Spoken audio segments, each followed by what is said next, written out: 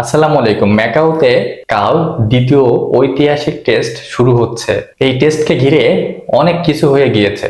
প্রথম টেস্ট ক্যাঙ্গারুরা হারার পর তারা যেন হিংস্র বাঘের মতো হয়ে গিয়েছে এবং তাদের দলে অলরেডি পরিবর্তন করে ফেলেছে। অস্ট্রেলিয়া দল বিগত 10 বছরের ভিতরে যেটা করেনি সেটা বাংলাদেশের বিরুদ্ধে করতে বাধ্য হয়েছে। তারা যে দল ঘোষণা করে সেই দল নিয়ে তারা পুরো টুর্নামেন্ট শেষ করে। বিগত 10 বছর আমরা তেমনই দেখেছি, কিন্তু বাংলাদেশের সাথে তারা প্রথম টেস্ট শেষ করেই তাদের দলে পরিবর্তন করেছে। বাংলাদেশেরও কিন্তু সমস্যার ভিতর দিয়ে যাচ্ছে। বাংলাদেশও কিন্তু এই টেস্টে দুইটা পরিবর্তন করতে পারে। মুশফিকুর রহিমের হালকা ইনজুরিতে বিপদে পড়েছে টিম বাংলাদেশ। সংবাদ সম্মেলনে নাজমুল হোসেন শান্ত বলেছেন সকালে ডিসিশন নেওয়া হবে যে মুশফিকুর রহিম খেলবেন কিনা এবং তার বদলে কে খেলবেন।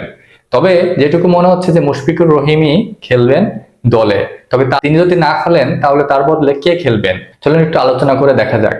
দেখুন, প্রথম টেস্টে আমরা যেভাবে করে অস্ট্রেলিয়াকে হারালাম, এতে করে আপসেটের কোনো বিষয়ই নেই। কিন্তু আমরা কিন্তু 11 সেশনের প্রায় 9টা সেশনই পুরোপুরি ডোমিনেট করে জিতেছি। অস্ট্রেলিয়া বিন্দুমাত্র আমাদেরকে থ্রেট জানাতে পারেনি। এর পরিপ্রেক্ষিতে দ্বিতীয় টেস্টে অস্ট্রেলিয়া ঘুরে দাঁড়ানোর জন্য তাদের ওপেনারকে বাদ দিয়েই দিয়েছেন। তাদের ওপেনার জ্যাক ওয়েদারল্যান্ডকে বাদ দিয়ে ম্যাট ট্রেনশোকে এনেছেন।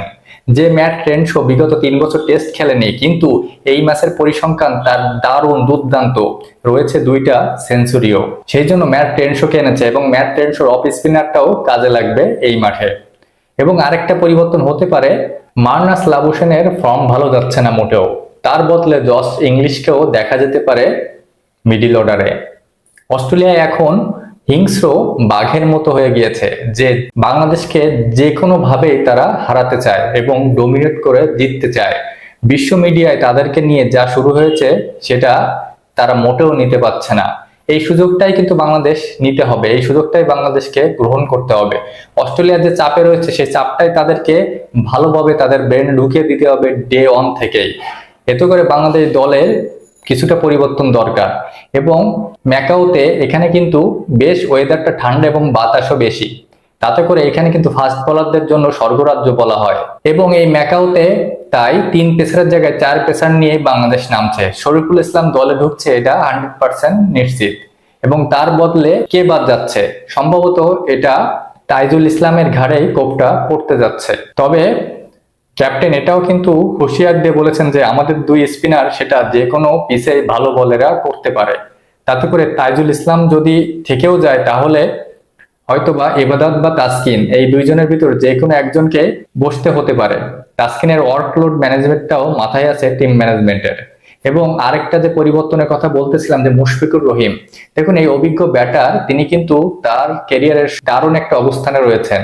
পুরো ব্যাটিং র্যাঙ্কিং এ ওয়ার্ল্ডের ভিতরে 18 নম্বর পজিশনে আছেন আমাদের এই অভিজ্ঞ মুশফিকুর রহিম। তার দলে থাকাটা কি পরিমাণ গুরুত্বপূর্ণ সেটা কিন্তু আর বলে বোঝানোর দরকার নেই। কিন্তু তিনি প্র্যাকটিসের সময় যে হালকা ইনজুরি পেয়েছেন, তাতে করে কিন্তু তিনি ব্যাটিং পরবর্তীতে আর করতে পারেননি অল্প সময় করার পর। তাকে নিয়ে চিন্তা ভাবনা হবে, যদি তিনি না খেলতে পারেন তাহলে সৌম্য সরকারের খেলার সম্ভাবনা প্রবল। এবং সৌম্য সরকার তিনি কিন্তু ফাস্ট বোলিং অলরাউন্ডার, যেটা এইখানে যথেষ্ট কার্যকর হবে।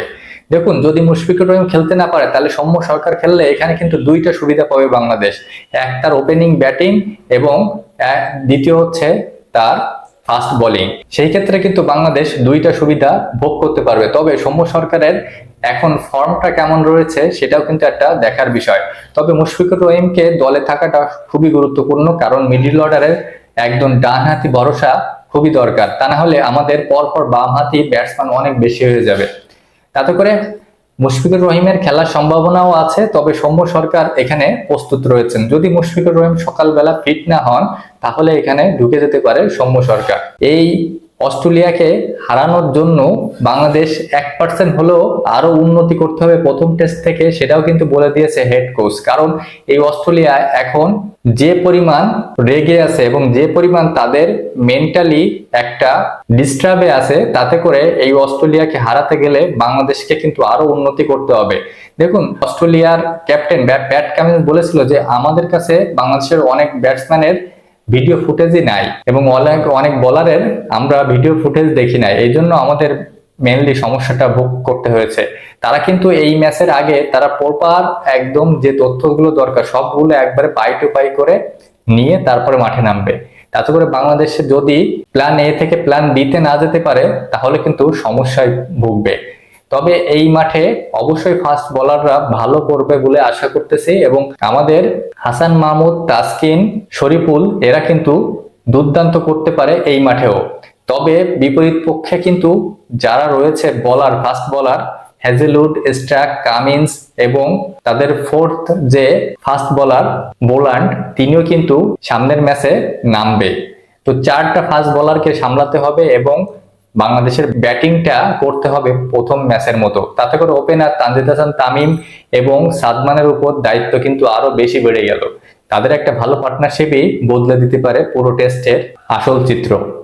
আপনার কাছে কি মনে হয় কালকের টেস্টে কে জিততে পারে, এবং বাংলাদেশের এই দুইটা বদল কার বদলে বাংলাদেশ বেশি সুফল হবে? অবশ্যই কমেন্টে জানাতে ভুলবেন না। ধন্যবাদ।